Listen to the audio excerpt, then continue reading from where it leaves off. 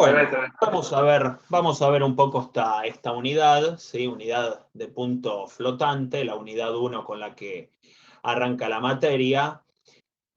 Tenemos acá, bueno, lo de los tipos de error que ya Constanza vi que les estuvo hablando, no estuve permanentemente en la clase, pero bueno, iba y venía entre matecito y matecito y veía que les estaba explicando lo de los tipos de error, el error absoluto, el error relativo, donde por lo general tenemos que estimar una determinada magnitud tita, ¿sí? Que le puse ese nombre, que bueno, posiblemente no se pueda calcular con exactitud, pero tenemos medios de estimarla con una aproximación tita-sombrero.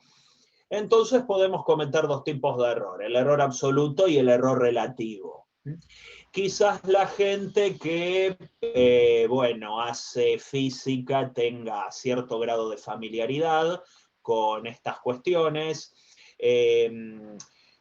Por lo general, nosotros vemos tipos de error cuando analizamos polinomios de Taylor. El famoso error del resto de Taylor es un error que se puede analizar desde esta perspectiva. ¿Por qué hay dos tipos de error? Muchas veces uno se pregunta cuál es la gracia para que exista un error absoluto y un error relativo. Por lo general, uno en la práctica tiende a analizar el error absoluto y listo, y veo con eso por cuánto la pifio. Pero el error relativo es más específico, primero porque no tiene unidades, es un error puro. Es decir, si tita y por consiguiente su aproximación tita-sombrero vienen en, no sé, en metros, supónganse que estoy calculando, midiendo algo, bueno, acá voy a tener una diferencia de metros dividido otra diferencia de metros, se me van a cancelar las magnitudes y me va a quedar un número puro, ¿sí? Un número sin ninguna magnitud. Y bueno, y volviendo a lo anterior, ¿por qué sirve trabajar con un error relativo? Porque el error relativo me pone en contexto de las medidas con las que estoy trabajando. Supónganse, me gusta dar siempre el mismo ejemplo que es bastante gráfico para representar lo que les estoy comentando. Supónganse que yo les digo que estoy trabajando en, digamos, bueno, haciendo un trabajo donde tomé determinadas mediciones y obtuve un error absoluto de 3 metros. Un error absoluto de 3 metros. Ustedes, naturalmente, me pueden preguntar, ¿y qué es lo que estás midiendo? Si estoy midiendo la distancia de la Tierra a Plutón, pifiarla por 3 metros no está nada mal. Sobre todo considerando las distancias astronómicas. Ahora, si la pifié por 3 metros para levantar una medianera y como que me anda mal el artefacto de medición y hasta me puedo comer un juicio. Entonces, el error absoluto no es buen representante del error en todo contexto. El error relativo me lo pone, sí, en un contexto de, bueno, si estoy trabajando con medidas astronómicas y la diferencia es de metros, esto es razonable que sea muy chiquitito. ¿Me explico?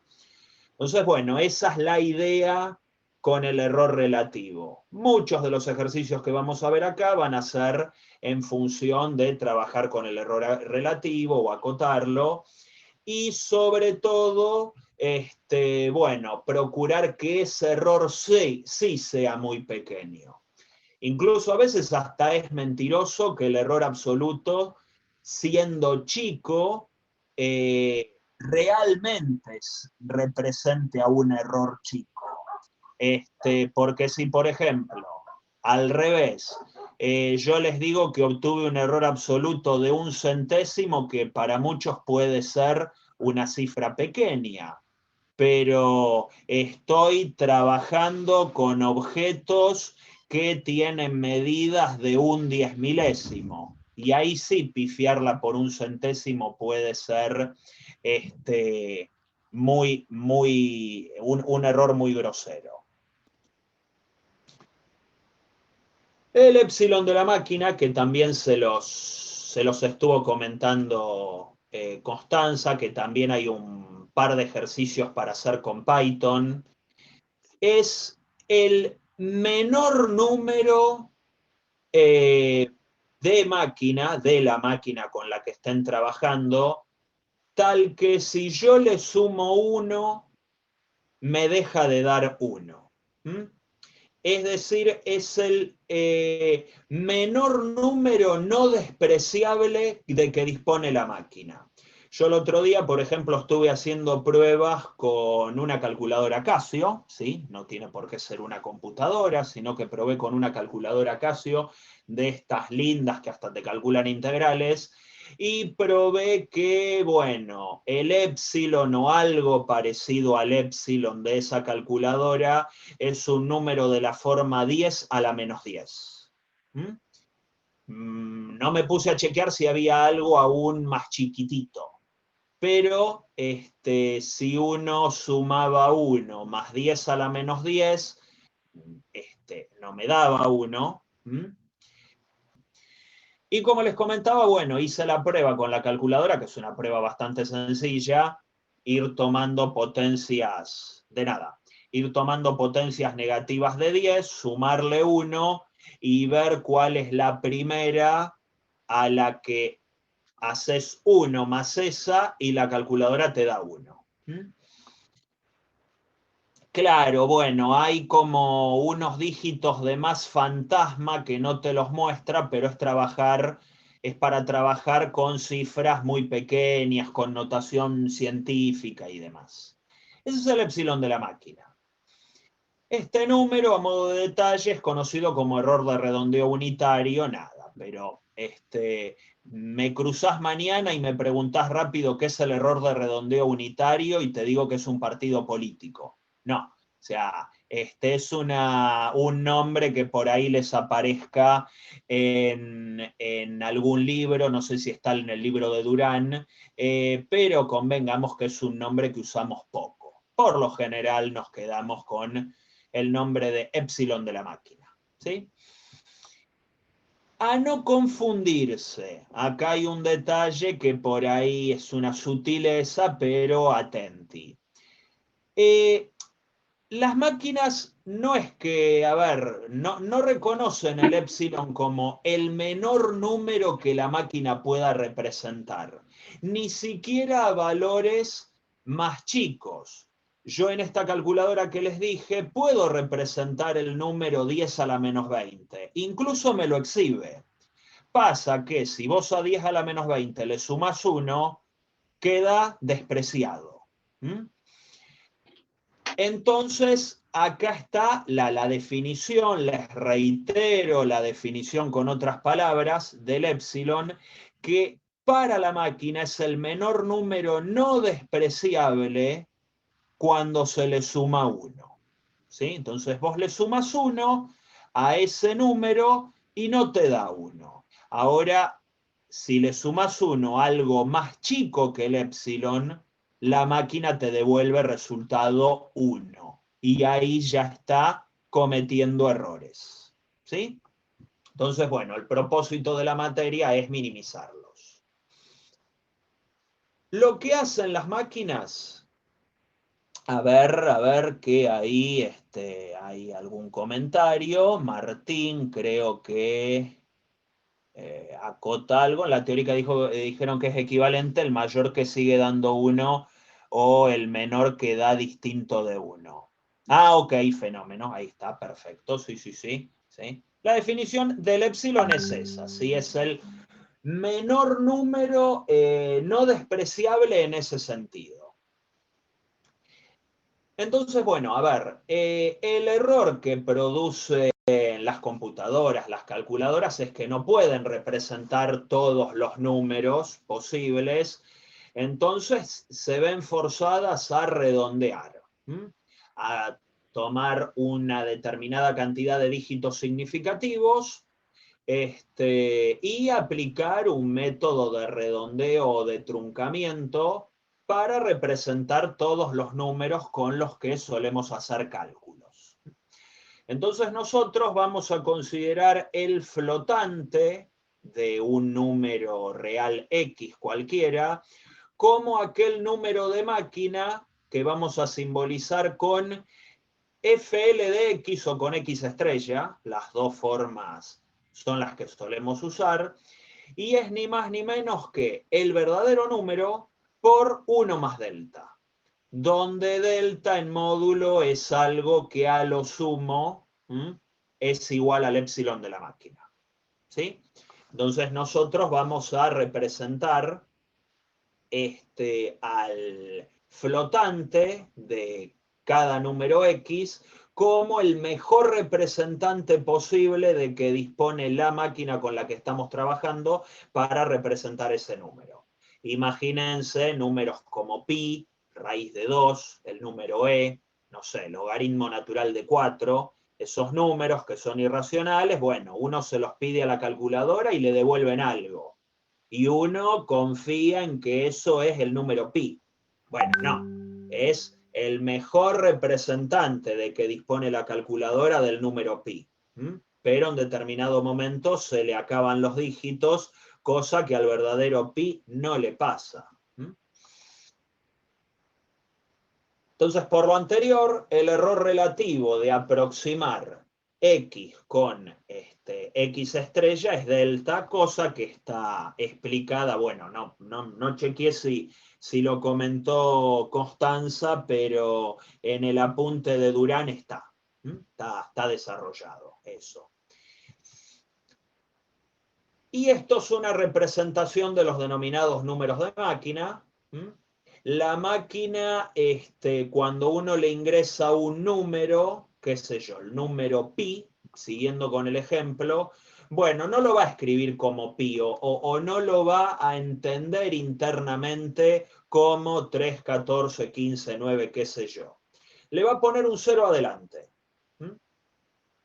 Un 0 adelante, coma, el desarrollo en el primer decimal no nulo, ¿no? En el primer dígito no nulo que le aparezca el número, por 10 a la L. Entonces, bueno, si es un número entero, ¿sí? Un número entre 1 y 9, supongamos, el número 8, por ejemplo, va a estar representado como 0,8 por 10 a la 1. El número 100 va a estar representado por 0,1 por 10 al cubo. ¿Sí? Es la cantidad de dígitos que tuve que correr, o mejor dicho, la cantidad de dígitos que tuve que correr hacia la derecha, la coma se corre hacia la izquierda, hasta que aparezca el 0. Entonces, bueno, los A sub I son en números naturales, o 0, entre, bueno, 0 y 9, y se supone que el primer dígito tiene que ser no nulo. Entonces pedimos esta condición. Bueno, esa es la representación de punto flotante. Con eso vamos a trabajar. Se supone que la computadora o la calculadora, cada vez que hace un cálculo, uno le ingresa un número y ya lo transforma en flotante. A ese número le tengo que sumar otro número, al que también transformó en flotante, lo suma y al resultado le toma el flotante. Y lo que te devuelve es el flotante de ese resultado, ¿sí? Que puede diferir o no con el resultado real. Entonces, bueno, en este caso decimos que conocemos a X con M dígitos significativos, que eso, bueno, tiene que ver con lo que comentaban recién por ahí de los 15 dígitos de la calculadora y demás. ¿Sí? Bueno, trabaja con una cantidad de dígitos significativos, además de los que se exhiben en pantalla. Y el exponente L, bueno, es un exponente lo suficientemente, digamos, es un valor en un intervalo de números enteros, lo suficientemente grande, en principio, el intervalo, pero bueno, eso va a depender de la máquina. Eso va a depender de la máquina con la que estén trabajando. Bien, no sé si alguien quería decir algo, algún comentario. ¿O me pareció?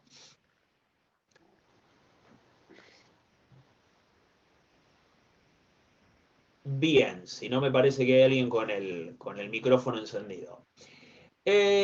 Vamos a ver un problema. Sí, vamos a sumar los números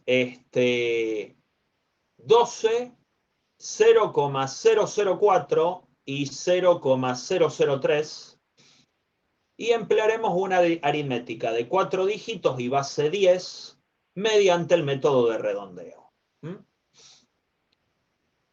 Entonces, bueno, tengo 3 números de máquina, porque si yo ahora calculo el flotante de cada uno de ellos, y a eso me refería en la diapositiva anterior, al 12 lo escribe como 0,12 por 10 al cuadrado. En la pantalla de la calculadora o en la computadora yo leo 12, pero lo que entiende la máquina es esto. Y va a ser 0,4 por 10 a la menos 2. Ven que siempre me pone 0, y el primer dígito no nulo.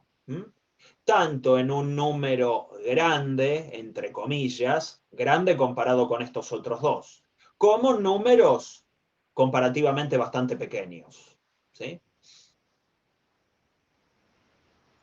Bueno, entonces, en este caso tenemos estos 3 números. Claro, uno acostumbrado a suma, resta, propiedades de conmutatividad, asociatividad y qué sé yo, le da lo mismo sumar de cualquier forma. Pero con una máquina no da lo mismo sumar de cualquier forma y eso lo vamos a ver acá. Vamos a ver situaciones donde puede haber ciertos problemas de redondeo, de propagaciones de error, por hacer las cuentas de manera ineficiente. Si yo quiero sumar X más Y más Z, en ese orden, por eso asocié así. Primero sumo X más Y y luego le sumo Z. Fíjense que la computadora lo que hace es el flotante de X más Y, porque primero sumo esto, que es el flotante de 12,004. Ahora, ¿qué sería eso? Bueno, sería 0,12004 por 10 al cuadrado. O sea, este es el número que entiende la máquina. La máquina ve este número y tiene que redondear.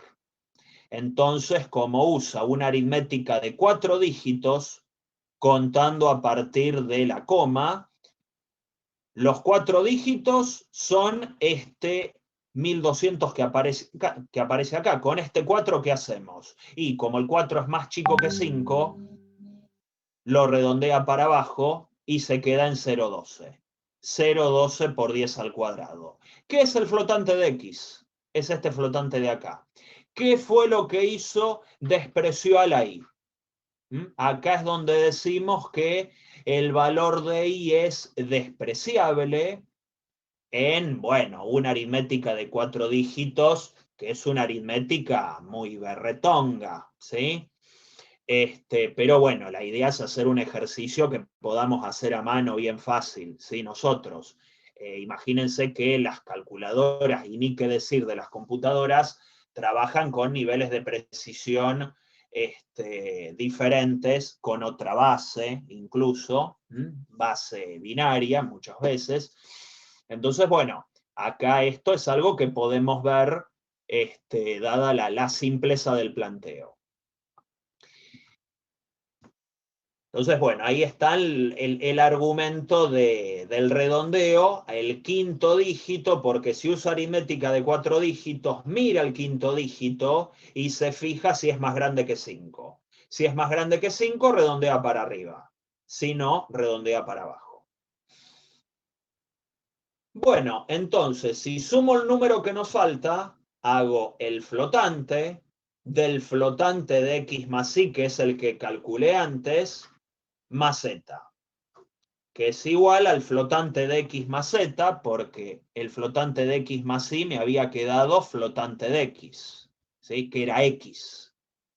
Y eso nuevamente nos da el flotante de 12,003. Nuevamente caemos en el problema anterior. Cuando la calculadora ve este número, lo transforma en esto y al aplicar el flotante, el redondeo, ¿sí? En realidad ya estoy aplicando el flotante acá, al redondear, como es más chico que 5, lo redondea para abajo. ¿Esto qué quería decir? Bueno, que a x le sumé dos números insignificantes comparativamente con esta aritmética y no se notó en el resultado. ¿Sí? No se notó porque comparativamente estos dos numeritos, y z, son más chiquititos que la x. Entonces no se notó en los cálculos. Para nuestra máquina, x más y más z termina dando x. ¿Sí? Acuérdense que la máquina siempre me termina informando el flotante. Fíjense además que ante cada operación que yo hago, la máquina calcula el flotante. ¿Sí? Siempre. Eso lo van a tener que hacer ustedes en los ejercicios. Cada operación que hagan va a tener que aparecer el punto flotante. ¿Sí? Y eventualmente redondear si corresponde. Redondear en la aritmética que el ejercicio nos propone. Luego lo que hago es cambiar la estrategia y sumar diferente.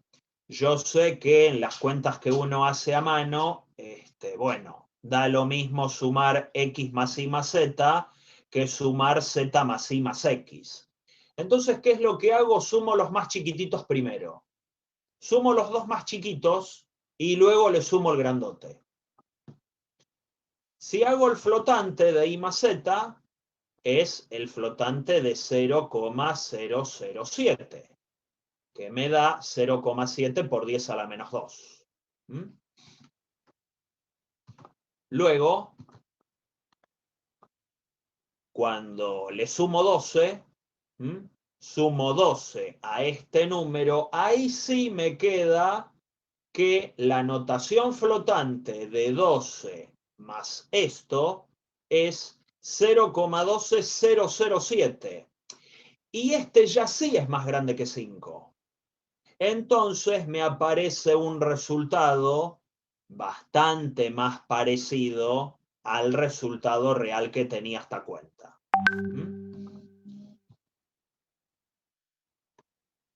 Entonces, bueno, a la hora de chequear errores, lo que uno suele hacer es chequearlo con el error relativo entre el valor exacto de esta suma y el flotante que me devuelve la máquina, que es o sea, siempre elijo el mejor flotante.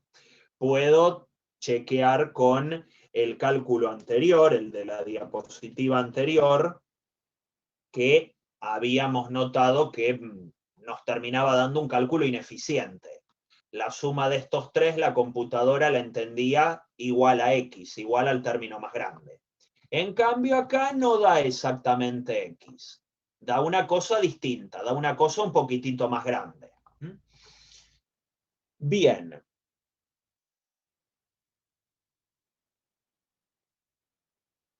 El epsilon, y fíjate, Alejandro, con esta me tendría que poner a hacer las cuentas, pero bueno, de última me pongo a mano y lo hago, pero acá uno tendría que considerar el menor número positivo, tal que si le sumas uno, no te da. ¿Mm? Uno diría acá que, bueno, acá estoy con el número 12, no lo puedo considerar, pero uno puede calcular el epsilon en este caso, ¿sí? Si al número 1, que la computadora lo entiende como 0,1 por 10, ¿cómo le tengo que sumar un número, ¿sí? Ese número me tendría que dar un dígito acá, ¿sí? Tendría que aparecer un 5, de manera que la computadora note que ese número no es despreciable, ¿sí? Y cualquier cosa inmediatamente inferior la va a despreciar. Bueno, acá me salió con 12. Pueden intentarlo con 1 y es el mismo razonamiento. Y ahí sacan cuál es el epsilon en este contexto, ¿sí? Con una aritmética tan humilde como la que proponen estos ejercicios para que las cuentas sean humanamente posibles y no nos volvamos locos al tratar de resolver esto. Entonces lo que hago es, bueno, sintetizar un poco, que dados dos números, cualesquiera, y estrellita es una operación suma, resta, producto, cociente, no sé, raíz cuadrada, lo que se te antoje, es una operación algebraica. Entonces, los flotantes se calculan en cada paso del desarrollo de la operación. Entonces, bueno, la máquina lo que hace es en cada término flotar. La operación A estrella B es el flotante de A estrella el flotante de B y a la vez el flotante de eso. Lo que uno esperaría es que, bueno, o sea, lo mejor que podría ocurrir es que calculemos A estrella B y a eso se le calcula el flotante. El problema es que la máquina lo que hace es a su vez transformar en flotantes a los números que vos le vas ingresando antes de que hagas cualquier cuenta, antes de que hagas la operación que a vos te interesa. Y eso ya puede provocar algunos errores de redondeo severos, ¿sí? Antes de hacer la operación que a vos te interesa. Luego la operación te da completamente distinta, no sabes de dónde sale el error y por ahí es porque la máquina viene cometiendo errores desde el vamos, desde el momento en que uno le ingresa los numeritos. Entonces, hay que armarse de algunas técnicas, algunas herramientas para minimizar esos errores de cálculo lo más que podamos. ¿Sí? Bueno, acá hay un problema de parcial que encontré recientemente. Esto es un agregado mío, nuevo. Es un ejercicio que integró el primer parcial del segundo cuatrimestre del 2010, donde tenemos un número de máquina y pretendemos calcular a la cuarta con aritmética de punto flotante. Lo que nos piden es probar que el error relativo de este cálculo se puede acotar por 3 epsilon más 3 epsilon cuadrado más epsilon cubo, donde epsilon es el de máquina, que el que les presentamos hoy. ¿Sí? Es un problema de examen. ¿Sí? Con esto poquito que estuvimos viendo ya estamos en condiciones de animarnos a encarar un problema de examen. Como para que vean que esto no es un cuco tan feo. ¿Sí? Es un cuco, pero no tan feo. Problema de parcial. Bueno, si yo quiero calcular a la cuarta, ¿Podés es volver lo mismo. Sí, un segundo al enunciado? Perdón. sí, dale, fíjate. ¿Sí?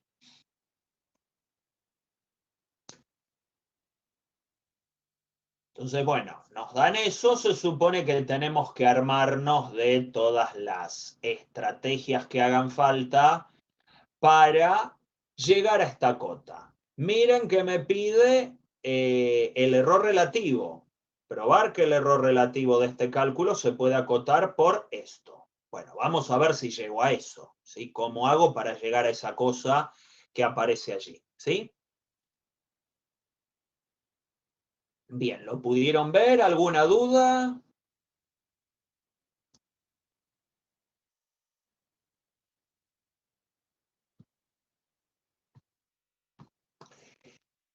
Entonces, bueno, si uno quiere calcular a la cuarta, es tener A por A por A por A, ¿sí? Y la máquina, en su torpeza, ¿qué es lo que hace? Bueno, acá usé los asteriscos estos para no andar escribiendo flotante, flotante, flotante, porque me iba a quedar un choclo la anotación. Entonces usé los asteriscos que ocupan menos espacio. O sea, en realidad lo que tendría que hacer la máquina es, el chequeo que hace es, vos le ingresás un número A y te calcula el flotante por el flotante de A. A eso le calcula el flotante que le corresponde a este asterisco. Por otro lado, le multiplica el flotante del tercer A. Ese producto amerita el cálculo de otro flotante que corresponde al segundo asterisco. Y luego, al multiplicarle el cuarto flotante de A, aparece el último asterisco que es el flotante del último producto. O sea, ven lo que hace la máquina, va calculando flotante en los números que uno le ingresa y en cada operación que realiza, lo cual puede tirar muchos errores. Acá tenemos la salvedad, que bueno, es dato del ejercicio, que A es un número de máquina, ¿sí? El enunciado lo decía. Es un número de máquina. Si es un número de máquina, eso quiere decir que es igual a su mismo flotante. Por ejemplo, no sé, los números enteros son números de máquina. Los números enteros tienen su misma representación, bueno, más allá del flotante que amerita hacerle la máquina, ¿sí? Esa representación con el 0, algo, pero me termina devolviendo como resultado final en la pantalla el mismo número que yo ingresé, ¿sí? Esos son los números de máquina.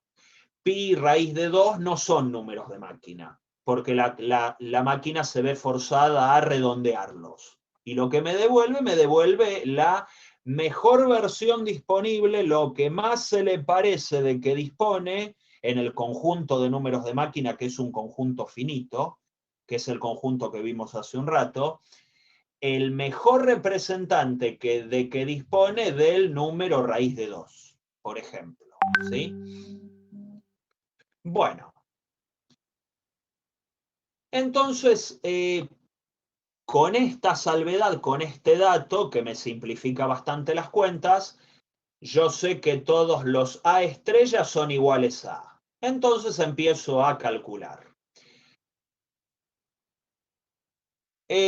Bueno, Gastón, ahí manda un comentario. ¿Los racionales en general son números de máquina o aquellos con decimales infinitos ya no lo son? Bueno, buen punto. Hay un ejercicio muy lindo para hacer con Python, que es bastante desafiante, que creo que creo que Ariel se los puso, donde ustedes calculan, hacen una cuenta con 0,3, si no me equivoco, con el número 0,3, y les devuelve un error inexplicable.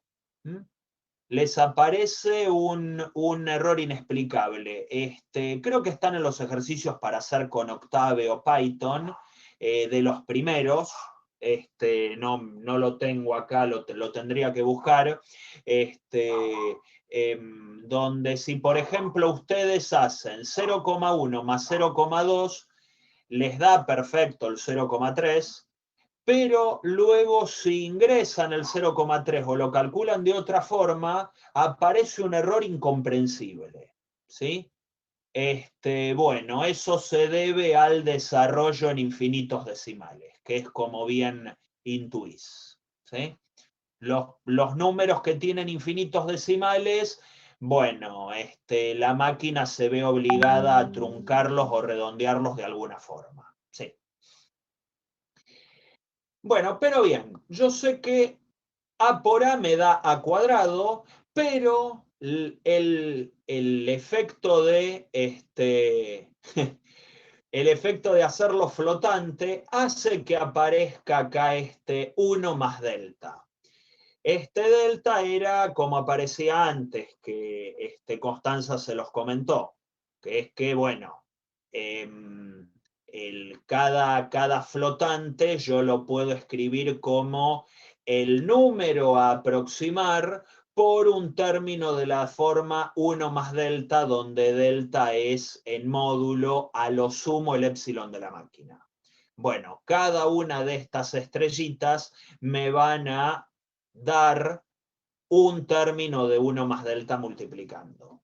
Siguiendo de la misma forma, ahora lo que hice es multiplicar A por A cuadrado, A cubo. ¿De dónde salió 1 más delta 2? De la segunda estrellita. Y por último, lo mismo, A por A cubo, esa operación me devuelve otro término 1 más delta 3. Ignoro si son iguales estos delta, en principio ni me importa la cota que tienen. Me devuelve eso, ¿sí? Entonces, cada estrellita me devuelve un factor 1 más delta nuevo, que son los que acá estoy destacando en rojo. Eso, por definición, por lo que vimos hace un rato, es menor o igual a 1 más épsilon. ¿Por qué? Porque los deltas, en principio, bueno, acá estoy suponiendo que son positivos, pero si fueran negativos, con más razón. Son todos más chicos que épsilon, ¿sí? Entonces, cada uno de estos son números muy chiquititos. Si le sumo 1, ¿sí? Si esta cuenta la hiciera la máquina, me daría 1. Entonces eso me da menor o igual a la cuarta por 1 más épsilon, por 1 más épsilon, por 1 más épsilon para cada uno de estos. Y lo que me queda es a la cuarta por el cubo de 1 más épsilon. Que si uno lo desarrolla, ve que le empieza a aparecer la cota que quiere el ejercicio y uno se empieza a poner contento.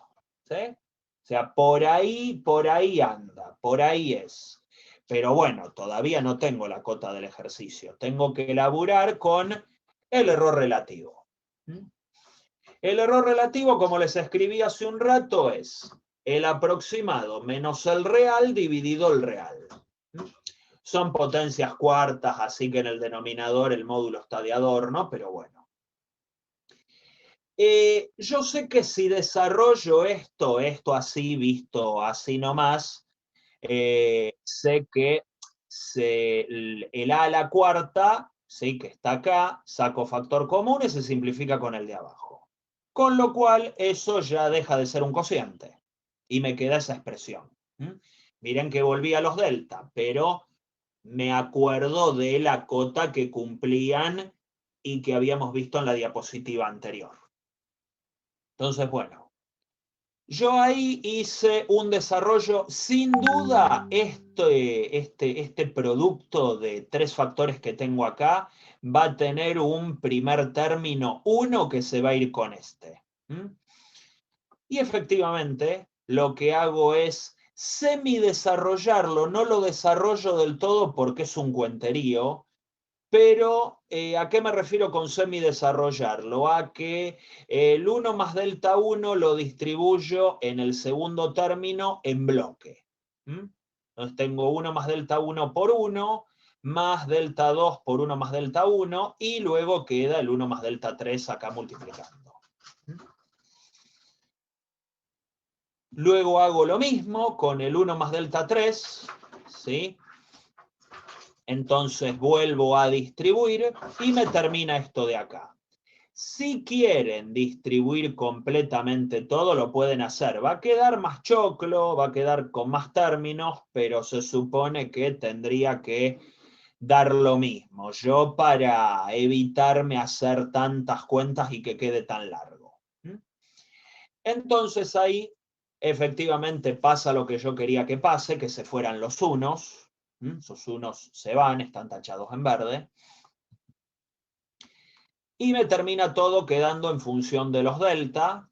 Por ahí acá tendría que haber mantenido o haber acotado, pues quizás me excedí con la confianza y tomé como si fueran positivos, pero no tienen por qué serlo. En todo caso, luego cuando le suba la versión de las diapo al campus, tomaré módulos acá y acá pondré un menor igual, porque esto vale si fueran positivos, cosa que en principio no sé si lo son, ¿sí? Así que bueno, permítanme esa licencia.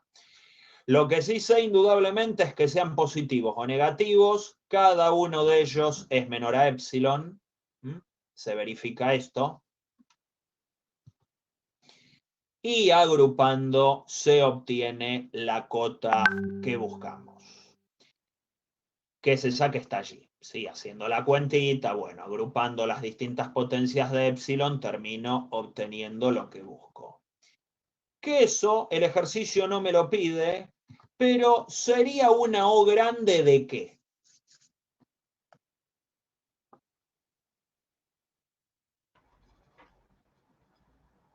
¿De aquí? ¿Una O grande de quién?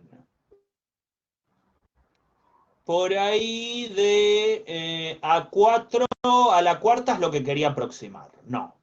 De O4 no sé qué es. Epsilon al cubo, ajá, epsilon al cubo, ok. Bien, Nicolás. Ajá, sí. Bueno, fuiste el que estuvo más cerca. Es una O grande de epsilon. ¿Por qué? Bueno, no es que a uno se le antoja, ¿sí? ¿Por qué? Bueno, porque epsilon es de esperar que sea un número bien chiquitito. Es el epsilon de la máquina. Si yo lo elevo al cuadrado, lo achico una barbaridad, ¿sí? Vos pensás que son cosas que están próximas al cero. Entonces, el término el término dominante de esta expresión, ¿sí? Es el de menor potencia y es 3 epsilon. Si el epsilon fuera muy pero muy chiquitito, va a entrar a despreciar al término epsilon cuadrado y al término epsilon cubo, ¿sí? Entonces el más grande es este. Si por el contrario nosotros estuviéramos analizando cosas enormes, y ahí sí me van a interesar las potencias grandes. Pero con las chicas, lo que suele ocurrir es que el epsilon que más pesa es el que está elevado a la potencia menor. Entonces, bueno, eso es lo que les agregué un poco para hincharles, por lo que les había contado el otro día Constanza acerca de la O grande, la O chica y esas cuestiones, bueno, como para meterlo acá, ¿sí? Bien, ¿alguna duda? ¿Se entendió el ejercicio? ¿Se entendió lo que hicimos? Hay uno que se quedó afuera. Hay alguien que se quedó afuera. ¿Quién es? Javier. Venga, Javier. Bien. Perdón, ¿te hago una pregunta? Sí, Lo que hiciste antes de calcular el error del flotante de hacer A a la cuarta, ¿dónde lo usaste después? Porque vos acá calculaste como la cota para el error relativo, pero sí, eso, claro. sí, tenés razón. Bueno, en realidad no sé si es que lo usé o más bien lo copié. Yo sé que, bueno, indudablemente igual habría que tener, acá no tanto, pero en este desarrollo tener este cuidado con respecto a los módulos. En realidad lo que debería decir acá es que una vez que volaron estos unos, yo esto lo puedo acotar por menor o igual a módulo de delta 1 más módulo de delta 2 por módulo de 1 más delta 1, y eso acotarlo recién por epsilon. Como que acá por ahí me comí unos módulos que hubiera estado bueno poner, ¿sí? Que luego, bueno, en la versión que les voy a subir al campus de las diapositivas, lo voy a agregar. Si los delta yo supiera que son todos positivos, esto es completamente válido. ¿Mm? Pero bueno, si fueran negativos, qué sé yo, como que es medio desprolijo dejarlo así. ¿Mm? Lo que estoy usando acá y usé en eso que viste antes, con el A a la cuarta, es que cada delta en módulo es menor que epsilon. Eso estoy usando. ¿Sí? Ok, ok. Entonces, bueno, eso se observa acá. Quizá faltaría un pasito intermedio acá con los módulos en los delta para que quede más elegante, ¿sí? Pero bueno, eso era lo que se buscaba obtener, y ahí tenemos la cota deseada. ¿Mm? ¿Alguna duda, comentario? Ahí estás viendo una cota del error relativo. ¿Era lo que te pedía el problema? Perdón, ya me olvidé. Sí, sí, porque el Ah, error ok, relativo es este. Este es el error relativo, lo que está ok. acá. ¿Sí? Ahí está. Bueno, bien. Estaría bien considerar que epsilon es una O chica de 1. Ups, a ver, y en este caso vos sabés que el epsilon tiende a 0, sí, sí. El 0 es de un orden inferior al 1, o sea que cuadraría en ese sentido. Sí, sí, puede ser. Ujú. Pero convengamos, bueno, a ver, uno por lo general cuando obtiene este tipo de expresiones, lo primero que observa es en los términos de O grande, como para saber de qué orden es esta expresión, eh, al menos así lo hago yo, y no tanto qué orden es inmediato superior, que es un poco lo que propone la O chica. ¿Mm? Pero bueno, sí, sí, tiene sentido. ¿Mm? Bueno, uno para pensar, no va a ser el único, este también fue de parcial. Y acá está, bueno, la gracia de los que les comentaba hace un rato. Este ejercicio más bien está vinculado al anterior, el de la suma de x y z, con respecto a sumar con cuidado. ¿Mm? Si yo tengo una tira de números que tengo que sumar, bueno, ¿cómo me convendría sumar acá para que el error relativo sea lo más chico posible? ¿Mm?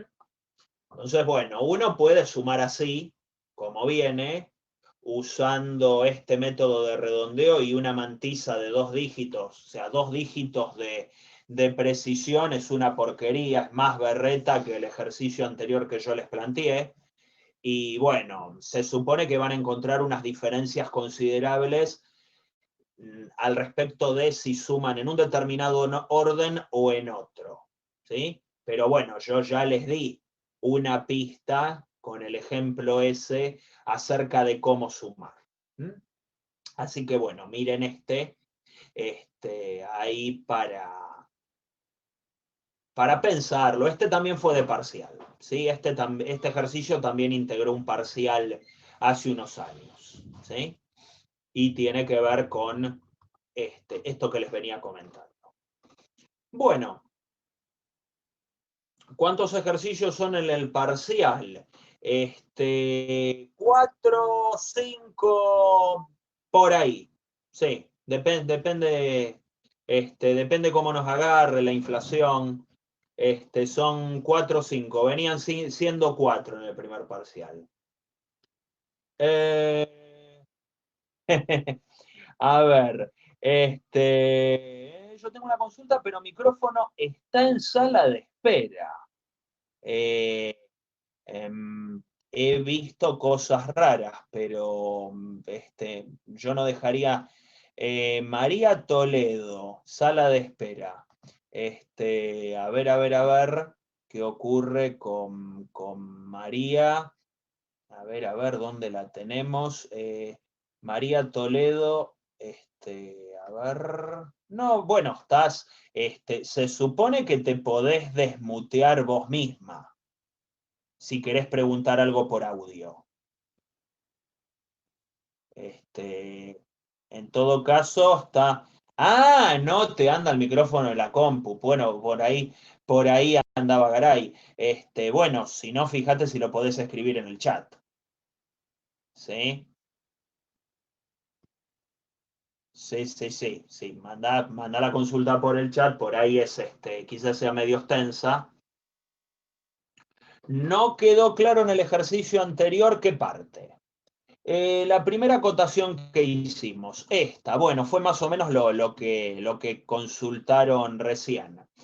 Bueno, acá uso que, ¿para qué nos sirvió cambiar los deltas por épsilon? Bueno, por ejemplo, vos ya sabés que este flotante de a la cuarta lo podés escribir así, o lo podés acotar por esto, ¿sí?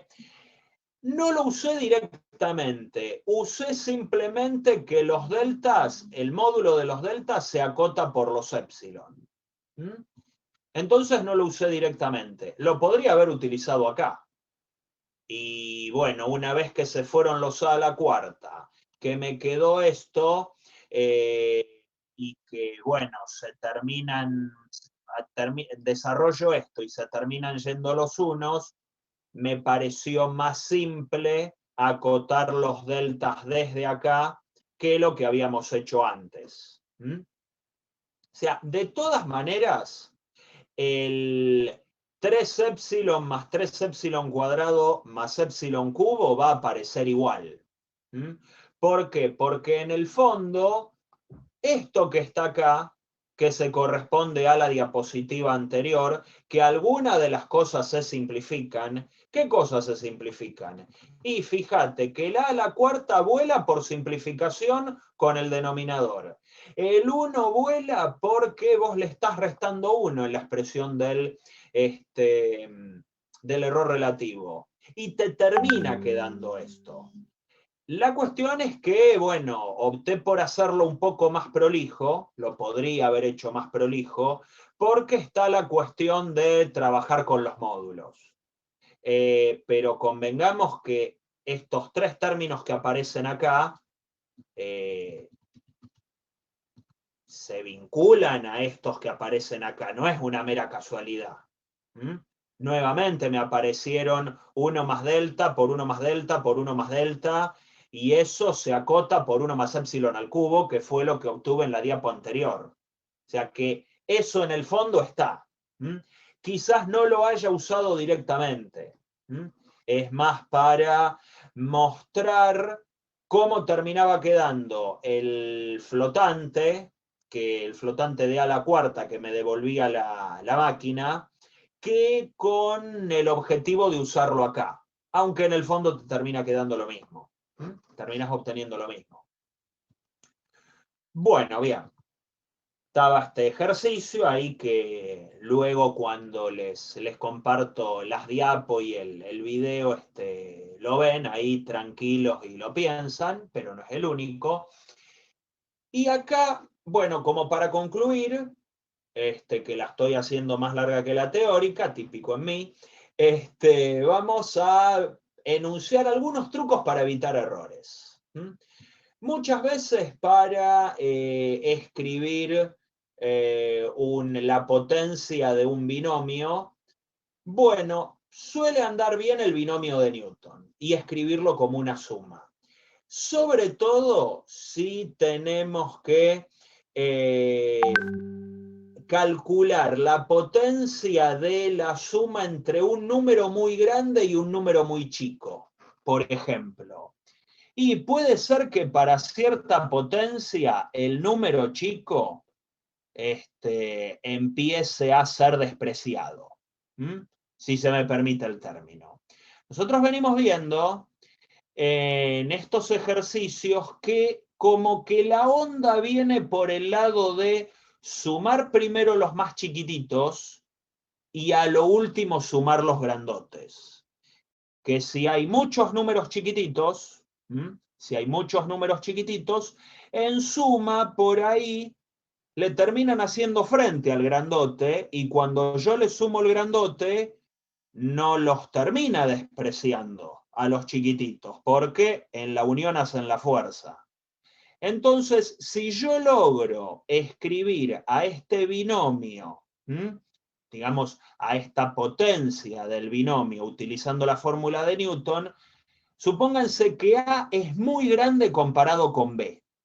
A es muy grande comparado con B. Entonces, ¿qué es lo que me convendría hacer si yo quisiera hacer esto con la computadora? Digo, bueno, a ver, lo que hago es el desarrollo en binomio de Newton y lo que arranco haciendo es empezar sumando desde el principio los términos más pequeños de acá. Es decir, las potencias de B más altas, cosa de empezar sumando primero los números chiquititos. ¿Sí? Puede hacer que algunos sean tan chiquititos que sumados a otros chiquititos sean despreciados. Bueno, eso puede ocurrir perfectamente. Pero el error va a ser menor a que si empiezo sumando el más grandote de todos estos. Ya de por sí no es buena idea agarrar a un número grande, sumarle un número chico y elevarlo, no sé, a la 100. Porque eso me puede dar A a la 100 y el B queda despreciado. ¿Sí? Entonces, bueno, este es un truco usando binomio de Newton. Luego la otra es hacer aproximaciones con polinomio de Taylor, a lo cual profundizaremos en las siguientes prácticas más adelante. ¿Sí? Suele funcionar. Usar igualdades trigonométricas también es un método que sirve para minimizar errores. Por ejemplo, igualdades de este tipo. El seno de una suma y el coseno de una suma. Ese tipo de igualdades, sobre todo si nuevamente tengo, por ejemplo, un número muy grande y un número muy chico, o una resta entre dos números muy, pero muy parecidos. Esa es otra fuente de error. Una resta de números muy, pero muy parecidos. Entonces, bueno, ahí hay que cuidarse. Y la otra es multiplicar y dividir por el conjugado, que anda bárbaro para el cálculo de raíces. Hay un problema en la práctica 1, donde le tienen que calcular las raíces a una cuadrática. Les sugiero que lo hagan a ese ejercicio, o que cuanto menos lo piensen. Ahí lo que hay que aplicar para calcular una de las raíces es multiplicar y dividir por el conjugado, con la raíz. Yo lo tengo resuelto, pero lo tengo previsto para la próxima clase. ¿Sí? Sugeriría que lo piensen. Y por último está el ejercicio que yo tengo como ejercicio 4, que también les pediría, se los dejo de tarea, porque lo tengo hecho, pero no se los quiero arruinar. Estaría bueno que lo piensen y lo hagan para la próxima clase, para el martes. Y bueno, si más o menos entendieron el de recién, el de A a la cuarta, acá no tengo A solo, tengo A y B, dos números de máquina. Quiere decir que son iguales a sus propios flotantes. Bueno, entonces lo que tengo que hacer acá es demostrar que el error relativo que se comete al calcular A cuadrado por B, esa aritmética se puede acotar por 2 épsilon más una O grande de épsilon cuadrado. Y el ítem B es lo mismo, pero A y B son dos números reales arbitrarios, o sea que también les tendría que aplicar flotante en ese caso. Bueno, los flotantes que van a aparecer allí, que son 3, los dos flotantes de A, las dos partes flotantes de A más la parte flotante de B, como que en cierta forma se agregan acá y me termina quedando un 5 épsilon, ¿sí? Por esos deltas que van apareciendo y esas cosas. Bueno, les sugeriría que los piensen, ¿sí? El problema de la raíz cuadrada, ¿sí? De la raíz cuadrada, de las raíces de la cuadrática, mejor dicho, a ver con qué se topan, y este ejercicio de la práctica 1 al 4. A ver, bueno, acá está, miren qué lindo. Bueno, bien. En algunos experimentos, bueno, ojo lo que les comentaba hoy con esto de la consulta que me habían hecho acerca del desarrollo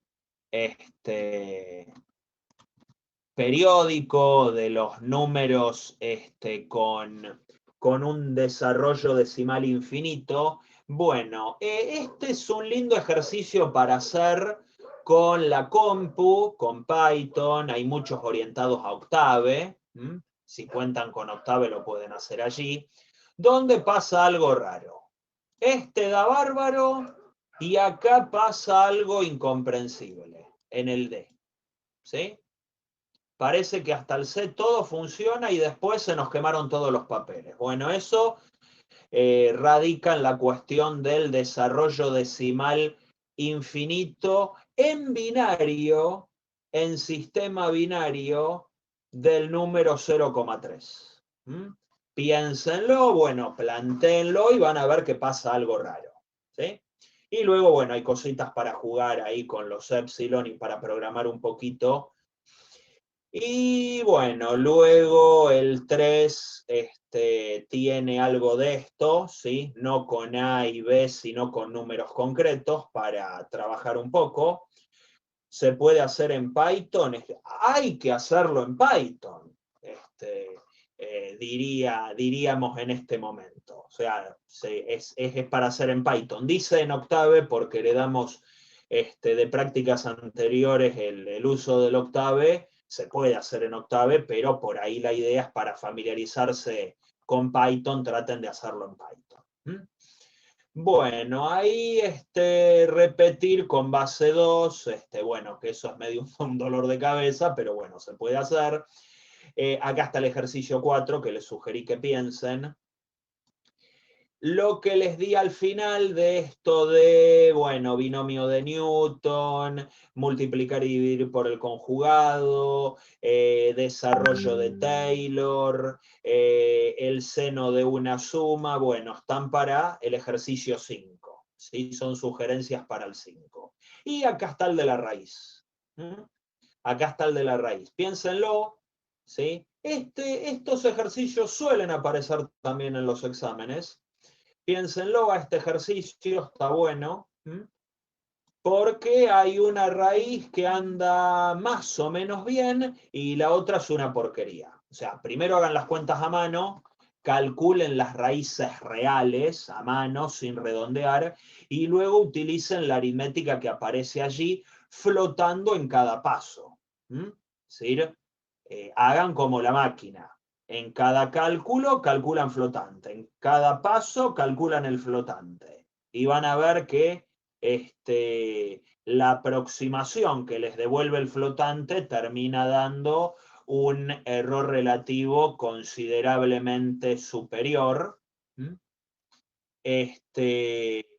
Haciéndolo directamente, así, por ejemplo, a una de las raíces la multiplico y la divido por el conjugado. ¿Sí? ¿Vieron en la fórmula de la resolvente? Ocurre en una de las fórmulas donde yo el b cuadrado, al b cuadrado, que es b menos 40, al b cuadrado le termino restando un número muy parecido. Y bueno, la aritmética esta y el punto flotante me terminan dando que una de las raíces es 0 o prácticamente 0, lo cual es mentira. Con la otra raíz no hay problema. El problema es cuando resto dos cosas muy parecidas para la máquina colapsa, me da un resultado falso, y eso es lo que se suele denominar como una cancelación catastrófica. Tiene un nombre así ampuloso como para decir que nos enojamos cuando aparecen esas cosas. Entonces, bueno, ¿cómo hacemos para evitar las cancelaciones catastróficas? Y bueno, está para inspirarse en el 5B. Multiplicar y dividir por el conjugado, y con eso tendría que salir. ¿Sí? Y luego, bueno, hay algunas cositas de programación y algunas cosas más que les voy a comentar la clase que viene, pero no se las quiero hacer más larga. ¿Sí? Que he tomado prácticamente el máximo de tiempo de que disponía para la clase práctica, pero bueno, eso ya es habitual en mí. ¿Alguna duda, consulta, comentario?